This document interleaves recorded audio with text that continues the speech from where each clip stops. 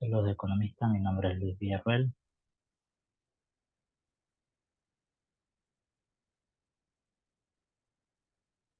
Ahora le vamos a hablar sobre el significado de la globalización.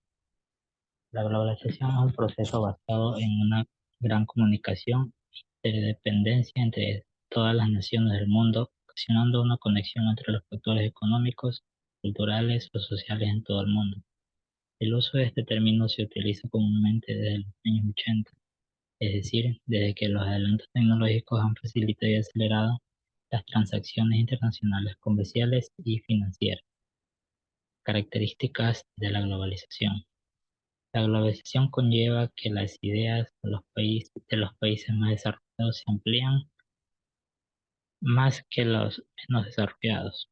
Las grandes creaciones de las últimas décadas como Internet, teléfonos móviles o los aviones más rápidos han causado un crecimiento de la globalización.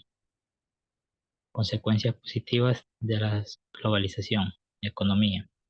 La apertura de la economía a un mundo global causa una gran evolución ya que las personas no tienen una limitación de mercado nacional, pudiendo vender a cualquier parte del mundo de una forma cada vez más sencilla y natural.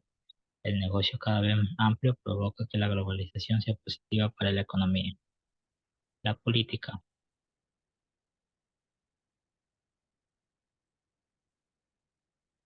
La globalización ha permitido que los elementos políticos como la democracia, los derechos de las mujeres y los extranjeros se haya expandido por el mundo, ya que aunque gran parte del mundo occidental eran valores existentes desde hace años, no era así en otras naciones que poco a poco, por la influencia de la globalización, han ido cambiando en ese sentido. Social. La vida social de los seres humanos ha cambiado de una forma total debido a la aparición de la globalización, con la aparición de formas más sencillas de viajar y métodos médicos y trabajo. Mejora del nivel de la vida por lo general, menos desigualdad y una gran cantidad de valores sociales surgidos de este nuevo mundo globalizado. Cultural. Los valores de la cultura de la ciencia se han visto expandidos por todo el mundo, siendo muy sencillo que una innovación científica se traslade de una nación a todo el mundo en poco tiempo o ser capaces de ver una película en un país en todo el mundo incluso con una traducción en muy poco tiempo. Económicas, las grandes empresas se han vuelto grandes potencias y dominan el mercado de sus productos en todo el mundo, siendo cada vez más complicado abrir pequeños negocios locales por la dificultad de luchar contra empresas con un tamaño mucho mayor que dominan el mercado, tanto nacional como internacional. El uso de la moneda común también es otro problema, ya que puede perjudicar a determinadas naciones para favorecer políticas. Aparición de grandes instituciones internacionales como la Unión Europea o la OTAN, porque las naciones tienen cada vez menor autonomía para tomar sus propias decisiones sin intervención propia. Cada vez es más común que las decisiones de una nación vengan de fuera. Al mismo tiempo, ocasionan que los movimientos extremistas de determinados países puedan expandirse por todo el planeta. Globalización en la historia, en el mundo antiguo y moderno. El proceso de globalización se desarrolla en diversos espacios y tiempos históricos. En el ámbito de la economía mundial, esto significa que hay que tener presente las nuevas economías regionales capitalistas, incluida la explotación de recursos naturales, la expansión de los mercados de consumo y la búsqueda de condiciones de producción rentables en países alejados. En el terreno de la política, esto significa que se debe diferenciar el papel de cada uno de los estados nacionales, y esto aplica sobre todo a los países en vías de desarrollo que de una manera específica fueron independientes de los antiguos poderes coloniales, incluso aún no lo son. La historia de la globalización se origina entre los siglos XVI y XVII, 16 y 18, y que se podría situar en el colonialismo del siglo XIX. Y el surgimiento de las redes electrónicas del siglo XX explica el nacimiento de la globalización moderna. Se debe preguntar aquí en qué medida estas redes fomentan o impiden el desarrollo de los países pobres. A fin de cuentas, la lucha contra la pobreza global parte de la convicción de que las condiciones de vida se puedan mejorar a largo plazo.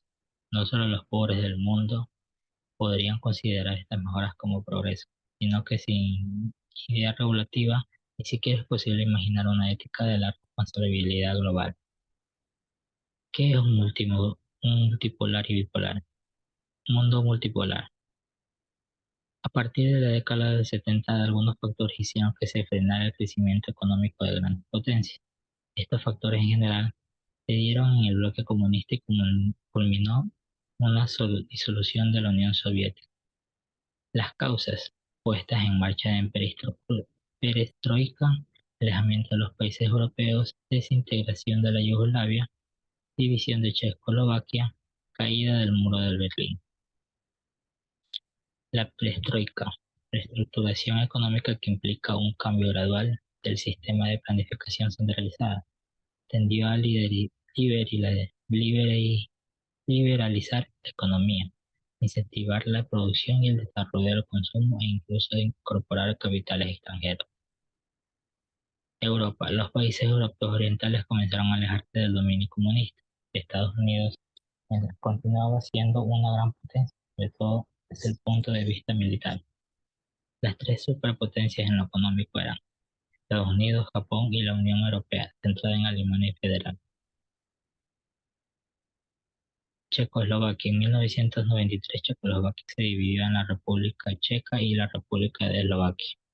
Yugoslavia. En el año 91, Yugoslavia se desintegró cuando Eslovenia y Croacia decidieron declarar su independencia.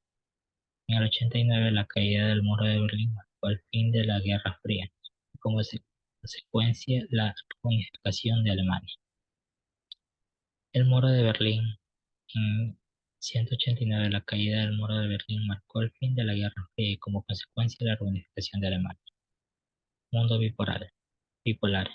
A partir del fin de la Segunda Guerra Mundial comenzó un periodo denominado Guerra Fría, que se caracterizó por un estado de tensión permanente entre los dos bloques organizados por los Estados Unidos y la Unión Soviética. En el plano político e ideológico, el capitalismo defendía la democracia, la libertad y la iniciativa privada, mientras que el comunismo defendía el socialismo y la propiedad estatal de los medios de producción. En el plano económico, Estados Unidos lanzó el Plan Marshall, cuyo objetivo era la reconstrucción de la economía europea, mediante préstamos financieros que ellos le proporcionarían junto a la tecnología industrial. Los países del este lo rechazaron, creando como contrapartida con. El mundo quedó dividido de la siguiente manera: primer mundo, países occidentales capitalistas; segundo mundo, la Unión Soviética en países satélites de Europa occidental; tercer mundo, los estados que integraron el movimiento de países no alineados que se encuentran en Asia Meridional, África y América Latina. Muchas gracias.